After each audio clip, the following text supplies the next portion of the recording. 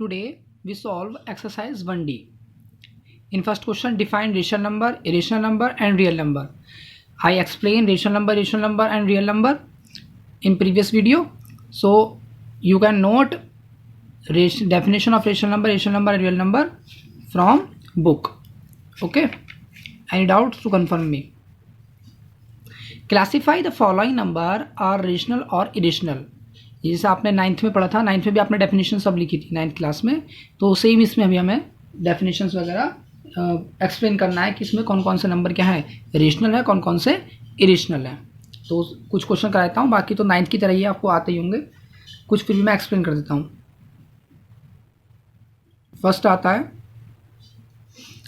22/7 क्या है, rational. Rational is a rational number. क्यों? क्योंकि P/Q की फॉर्म में है. 22/7 एक रेशनल नंबर है क्योंकि P/Q की फॉर्म में और Q is not equal to 0, तो एक रेशनल नंबर है simply.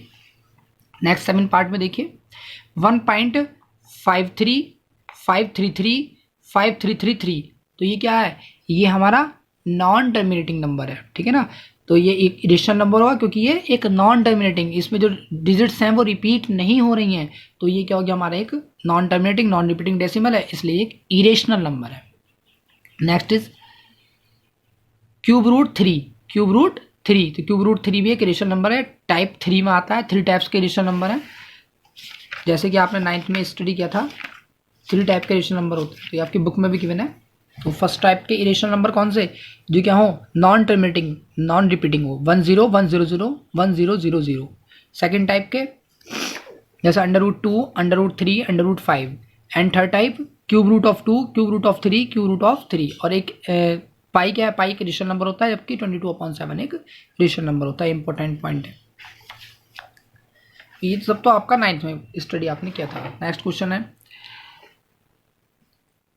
Proof find A rational number between √2 and √3.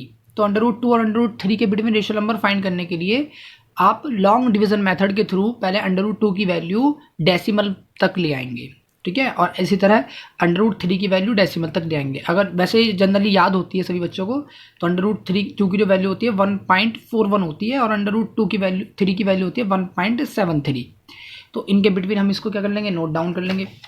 दोनों की वैल्यू हो गई. अब कह रहा है इन दोनों के बीच में बताना है, तो एक ऐसा नंबर चूज करना है जो इनसे बड़ा हो. इन दोनों के मिडिल में जो है इनफाइनाइट नंबर आर अवेलेबल. तो 1.5 ये 4 से क्या है ग्रेटर है और 7 से क्या है स्मॉलर है, तो 1.55. कोई अदर स्टूडेंट लिखता है 1.56, कोई लिखता है 1.567.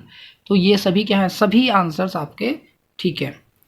नेक्स्ट क्वेश्चन, नेक्स्ट ये एक्स्ट्रा क्वेश्चन है, क्योंकि एक्सरसाइज में इसकी मतलब इसकी जरूरत पड़ेगी, आसानी से उसको समझा सकता है कि पहले इस क्वेश्चन को आपको √3 को समझना होगा. जैसा आपको इसमें एक्सरसाइज में गिवन है कि prove that √6 is a rational number, तो पहले आपको 3 को समझना होगा, उसके बाद आप 6 को क्लियर कर पाएंगे.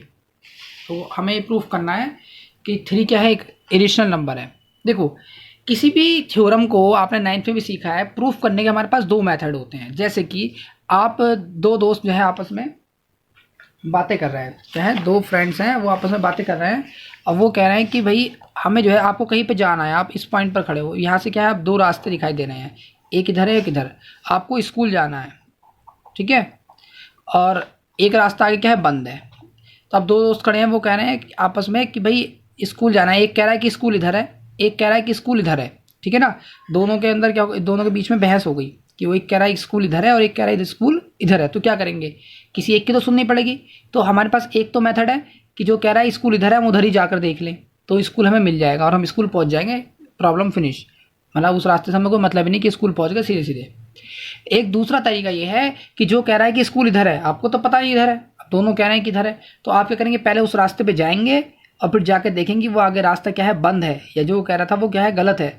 ठीक है ना, तो जब आप बंद है तो आप कह दोगे हाँ ऑटोमेटिकली कि भाई ये रास्ता जब बंद निकला तो इट मीन्स कि स्कूल उस ही रोड पर था. ठीक है, तो यहाँ पर हम उसी थ्योरम का यूज़ करेंगे, इसे हम कहते हैं कन्वर्स. एक तरीके से एक तो कन्वर्स होती है हमारी उल्टी. ठीक है ना, ये हमारे पास एक दूसरा मेथड होता है, इसमें हम उल्टा सोच करके चलते हैं. ऐसे कोई कह रहा है कि इरेशनल नंबर है तो हम उसको रेशनल मान करके चलेंगे, और जब उसको सॉल्व करेंगे तो उसका आंसर आ जाएगा गलत. तो हम ऐसा मान के चलेंगे कि हाँ भाई तुम ठीक कह रहे हो, स्कूल इधर ही है, तो हम जाएंगे आगे जाके देखेंगे रास्ता बंद है, फिर हम कह देंगे हाँ ये सही नहीं थे, तुम सही नहीं थे, रास्ता वही सही था। ठीक है, इसके थ्रू इस तरह से हम इस मेथड में सॉल्व करते हैं। तो इसमें करते हैं हम first question, prove that under root 3 is an irrational number. Under root 3 को हमें प्रूव करना है क्या है, एक इरेशनल नंबर है। तो हम लेट कर लेंगे, क्या उल्टा लेट कर लेंगे कि let under root 3 is a rational number है, वो प्रूव करना है इरेशनल, हम लेट कर रहे हैं रेशनल। इट्स सिंपलेस्ट फॉर्म, अब रेशनल नंबर तो होता है पी अपॉन क्यू की फॉर्म में, ए अपॉन बी की फॉर्म में, और ए और बी क्या होते हैं, 2 इंटीजर्स होते हैं, and B is not equal to 0। ठीक है ना, तो इसे हम कह रहे हैं कि सिंपलेस्ट फॉर्म में है, और ये इसके जो कॉमन फैक्टर है वो 1 के अलावा नहीं है, मतलब एक तरीके से प्राइम फैक्टर्स हैं ए और अपॉन बी। तो अंडर रूट 3 को हम ऐसे लिख सकते हैं, under root 3 is equal to A upon B, दोनों साइड स्क्वायरिंग कर लेंगे तो ये आगे 3 equal to A square upon B square, ये बी इधर पहुंच जाएगा तो 3b square equal to A square. अब 3 जब किसी नंबर की मल्टीप्लाई में आ रहा है, जब 3 किसी नंबर की मल्टीप्लाई में आ रहा है, it means that 3b square is divisible by 3, क्योंकि इसकी मल्टीप्लाई में आ रहा है। तो ये 3 क्या हो गया, 3 डिवाइड्स करेगा 3b स्क्वायर को। अब जब 3b स्क्वायर 3 से डिवाइड हो रहा है और ये पूरा का पूरा नंबर ये इक्वल है ए स्क्वायर के, तो जब 3b स्क्वायर डिवाइड होगा तो ए स्क्वायर भी डिवाइड होगा, देन 3 डिवाइड्स ए स्क्वायर। और क्या है, 3 इसे क्या है, प्राइम नंबर है, 3 एक प्राइम नंबर है। तो उसके बाद क्या करेंगे, प्राइम नंबर तो मतलब उसके और कोई फैक्टर नहीं हो सकते हैं, जब प्राइम नंबर है उसको और कोई फैक्टर नहीं होंगे। ठीक है ना, तो उसके बाद क्या करेंगे, तो जब उसके और फैक्टर होंगे ही नहीं, मतलब सबसे छोटा फैक्टर है, तो 3 डिवाइड से तो 3 ए को भी डिवाइड करेगा, क्योंकि ए के जैसे ऐसे मान के चलिए आप 9 है, तो 9 के फैक्टर हो गए 3 इंटू 3। अब हम बात करें 3 की, तो 3 के तो फैक्टर होते ही नहीं है, तो जब वो ए स्क्वायर को डिवाइड कर रहा है, जब वो 9 को डिवाइड कर रहा है, तो इसका मतलब 3 के और फैक्टर नहीं होंगे। क्लियर, तो इसलिए हम कह सकते हैं कि 3 डिवाइड्स ए। अब लेट कर लेते हैं कि late A equal to 3c। अब ऐसा मान के चलते हैं, चलो भाई हमने माना कि इसके कोई फैक्टर है, ठीक है ना, किसी सी इंटीजर सी के लिए हमने ऐसे मान के चला कि इसके फैक्टर अवेलेबल हैं, तो उस फैक्टर में हम सी लेट कर लेते हैं। तो let A equal to 3c, put in equation 1, इसको इक्वेशन 1 में पुट कर देंगे। इक्वेशन 1 हमारे पास है कोई ये 3b square equal to A square, तो इक्वेशन 1 में हम ए की वैल्यू पुट करेंगे 3c, तो ये आ जाएगा that is equal to 3b square equal to 9c square. 3 से 9 ये कट हो जाएगा 3 टाइम्स, तो 3b square equal to 3c square. अब इसमें भी जब ये क्या आ रहा है, इसमें 3 मल्टीपल में आ रहा है, तो ये 3 से डिविजिबल होगा, 3c square, 3 divides 3c square, और जब ये डिविजिबल होगा तो b स्क्वायर भी डिविजिबल होगा, क्योंकि दोनों क्या है आपस में इक्वल है। देन 3 डिवाइड्स b स्क्वायर, तो 3 क्या है, एक प्राइम नंबर है, जब प्राइम नंबर है तो जब b स्क्वायर को डिवाइड कर रहा है, ठीक है, तो क्या होगा, ये b को भी डिवाइड करेगा, जैसे मैंने बताया था आपको 9 का, तो जब 9 को डिवाइड करेगा तो 3 को तो डिवाइड करेगा ही 3, क्योंकि ये प्राइम नंबर है 3 एक, तो 3 divides b। Thus 3 is A common factor of a and b। अब इस कंडीशन में देखो हमने यहाँ पर लिख दिया कि 3 डिवाइड्स b, और ऊपर हमने क्या था कि 3 डिवाइड्स a, ऊपर हमारे पास रिजल्ट आया था कि 3 डिवाइड्स a और 3 डिवाइड्स b। तो इट मीन्स जब 3 दोनों को डिवाइड कर रहा है, a को भी डिवाइड कर रहा है, b को भी डिवाइड कर रहा है, तो it means that 3 is A common factor of a and b। तो 3 क्या हो गया, a और b का एक कॉमन फैक्टर हो गया, क्योंकि दोनों को डिवाइड कर रहा है। दिस कॉन्ट्रोडिक्ट, अब इस हमने क्या लेट किया था, हमने स्टार्टिंग में लेट किया था कि 3 जो है, ये जो नंबर है उसके कॉमन फैक्टर है ही नहीं, इस नंबर के 1 के अलावा कोई कॉमन फैक्टर नहीं है, इट मीन्स वो प्राइम फैक्टर है। तो अब ये वाली बात हमारी क्या होगी, गलत प्रूफ हो गई, क्योंकि 3 तो दोनों को डिवाइड कर रहा है। तो दिस कॉन्ट्रोडिक्ट मतलब अपवाद, जो हमने सोचा था, जो हमने कंसेप्ट किया था, जो हमने सोचा था कि ये रास्ता सही है, अब हम कह सकते हैं कि हाँ भाई जो तुमने कहा था वही सही है, ये रास्ता क्या है, गलत है। That A and B have no common factor other than 1। The contradiction arises by assuming that under root 3 is a rational number. तो ये क्या हो गया, कंट्रोडिक्शन हो गया, गलत हो गया, गलत धारणा हमने सोच लिया कि अंडर रूट 3 क्या है, एक रेशनल नंबर है, hence under root 3 is a rational number. हम कह सकते हैं हाँ भाई जो तुम रास्ता बताते वही सही है, ये वाला रास्ता गलत निकला। नेक्स्ट क्वेश्चन भी अब डिस्कस करते हैं, question number 4, prove that under root 6 is an irrational number. तो अंडर रूट 6 को हम क्या कर लेंगे, इसके फैक्टर कर लेंगे, under root 2 multiply by under root 3 be a rational number. अब अंडर रूट 2 और अंडर रूट 3 तो क्या है, बोथ आर रेशनल्स, उसको क्योंकि जब हमने इसको रेशनल लेट कर लिया तो इसके फैक्टर भी दोनों रेशनल होंगे, तो अब ये क्या है, अंडर रूट 3 और 2 दोनों आ गए रेशनल नंबर, जो क्या है दिस कॉन्ट्रोडिक्ट, ये रेशनल तो होते नहीं, तो ये रेशनल नंबर होते हैं रूल नंबर 2 के अकॉर्डिंग। तो this contradict that fact that under root 2 and under root 3 are irrational number. The contradiction arises by assuming under root 6 is a rational number. मतलब ये जो हमने कॉन्ट्रोडिक्शन जो सोचा था हमने, ये क्या हो गया, कॉन्ट्रोडिक्ट हो गया, जो हमारी ये अपवाद हो गया, जो हमने सोचा था वो गलत सोचा था कि हम इस रास्ते पे गए और ये रास्ता स्कूल जाता है, वो रास्ता गलत हो गया। Hence under root 6 is a rational number. असल में फिर हमने क्या कहा, हाँ भाई जो तुम कह रहे थे रास्ता वही सही है। जो हमने कहा वो गलत हो गया। नेक्स्ट क्वेश्चन में प्लस वाले क्वेश्चन है, तो ये प्लस वाले जो क्वेश्चन है लगभग सब सिमिलर ही हैं। तो इसमें एक रेशनल है और एक इरेशनल है। क्वेश्चन में कह रहा है prove that 2 + √3 is an irrational number. तो गिवन है हमें, कह रहा है 3 इज एन इरेशनल नंबर, तो 3 इरेशनल नंबर, तो हम वही अपोजिट लेट करके चलेंगे, इस पूरे को लेट करेंगे रेशनल। Late 2 + √3 B rational. 2 + √3 क्या है, रेशनल नंबर है। तो भाई जब 2 + 3 रेशनल है तो 2 + √3 a rational and 2 is rational, उसमें 2 क्या है, रेशनल हो गया। ये पूरा क्या है, रेशनल है। तो जब ये पूरा रेशनल है तो ये भी रेशनल होगा, 2 भी रेशनल होगा। तो इन दिस केस अगर आप इसमें से 2 को और सब्ट्रैक्ट कर दें अपने पास से तो वो भी रेशनल नंबर होगा, ठीक है ना। 2 को हमने अपने पास सब्ट्रैक्ट किया क्योंकि 2 एक हमने बताया रेशनल नंबर, और रेशनल नंबर में से 2 + √3 भी एक रेशनल नंबर है, और the subtraction of rational from rational is always equal to rational. तो हमने ये क्या कर लिया, ये हमने इसको रेशनल मान लिया क्योंकि सब्ट्रैक्ट करेंगे तो भी एक रेशनल नंबर आएगा। अब 2 से 2 जब कट हुआ ये तो आया हमारे पास √3, तो इट मीन्स दैट जब ये रेशनल है और उसका सब्ट्रैक्शन भी रेशनल होता है तो √3 भी रेशनल नंबर होगा। ये कॉन्ट्रोडिक्ट हो गया। This contradicts the fact that √3 is irrational. तो ये कॉन्ट्रोडिक्ट कर रहा है, अपवाद कर रहा है कि हाँ भाई ये जो तुम कह रहे थे कि वहाँ स्कूल है वो गलत है। The contradiction arises assuming that 2 + √3 is rational. जो हमने सोचा था ये क्या है, उसका कॉन्ट्रोडिक्शन है। जो हम सोच रहे थे कि इसको रेशनल है, इसका मतलब ये गलत सोचा था हमने। Hence 2/√3 is rational number. 6 जो है आपका होमवर्क है वो इसके जैसा ही बिल्कुल सेम है। अब कर लेते हैं 9 की बात। तो 9 भी इस ऊपर वाले के जैसा ही था, फिर भी मैंने इसको एक्सप्लेन कर दिया क्योंकि इसमें डिवाइड में 7 था तो थोड़ा अनक्लियर होगा, तो जिससे कि वो क्लियर हो जाए अच्छी तरह से। Prove that 3 - 4√2 is an irrational number given that √2 is an irrational number। Proof करेंगे अब इसको, देखो वही अपोजिट लेट करेंगे। 3 - 4√2/7 is a rational number. Okay, तो जब रेशनल नंबर है तो a/b की फॉर्म में होगा। a/b की फॉर्म में हो तो a और b दो इंटीजर होंगे और b क्या होगा, नॉट इक्वल टू 0 होगा। ये रेशनल नंबर की डेफिनेशन थी हमारी, 9th में ही पढ़ी थी और 8th में ही पढ़ी थी, 9th में ही पढ़ी है, 10th में ही पढ़ी है, ठीक है ना। अब आते हैं और क्या है इसके, क्योंकि इसके और कोई फैक्टर्स नहीं हो सकते। And having no common factor other than 1, जैसे हमने लास्ट वाले क्वेश्चन में लेट किया था।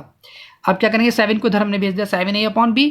ओके, और 3 को इधर भेज दिया, तो हमारे पास सॉल्व करके √2 की वैल्यू आई थी है -7/4 a/b + 3/4।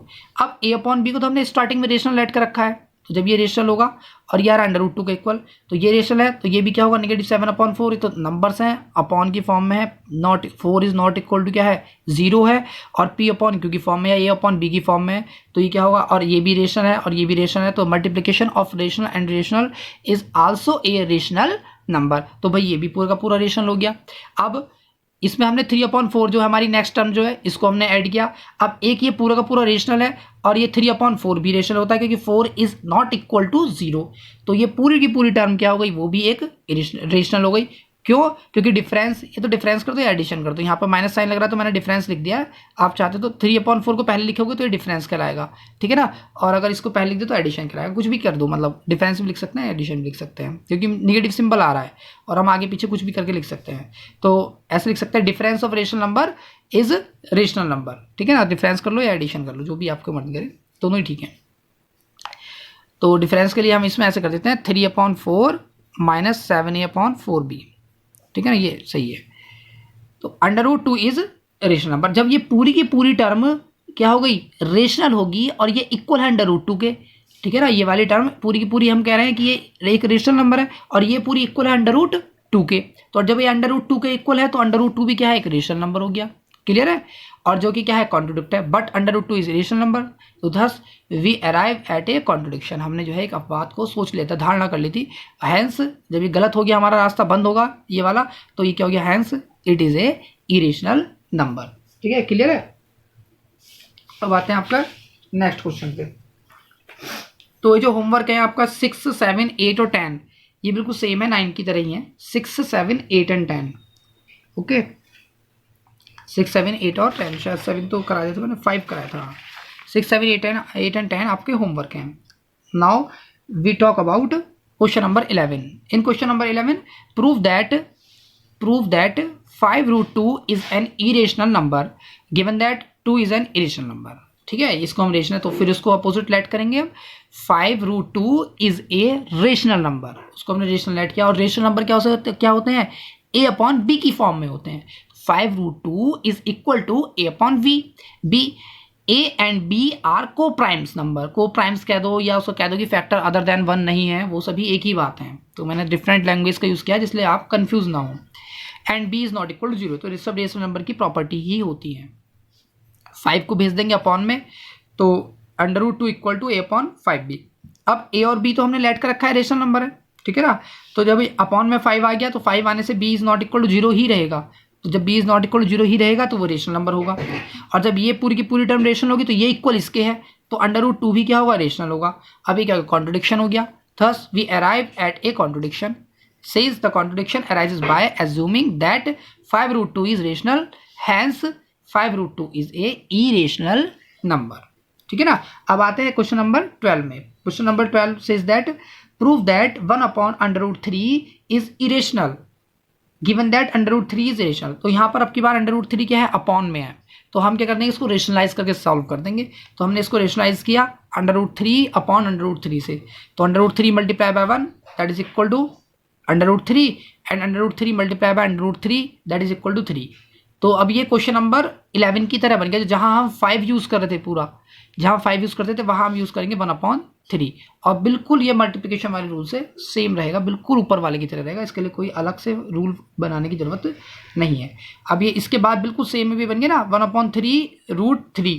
तो ये जैसे आपने 11 किया है 11 की तरह होगा, और 13 भी सेम है, 14 भी सेम है, किसकी तरह, 11 की तरह। ठीक है, तो ये आपकी एक्सरसाइज एक तरीके से कंप्लीट होती है। इसमें ट्रू फॉल्स है, तो ये सब आप कर लेंगे। और 16 क्वेश्चन में भी ये क्या है, इरेशनल, सब इरेशनल और रेशनल है, ये सब क्या थ्योरेटिकली हैं, वो सब आपको आते हैं। ये सब 9th वाली हैं, पूरी एक्सरसाइज ये आधी 9th की है, बस इसमें जो इरेशनल और रेशनल नंबर का प्रूफ है ये हमने 10th में नहीं पढ़े हैं। और कोई प्रॉब्लम हो तो आप सेंड कर दीजिए।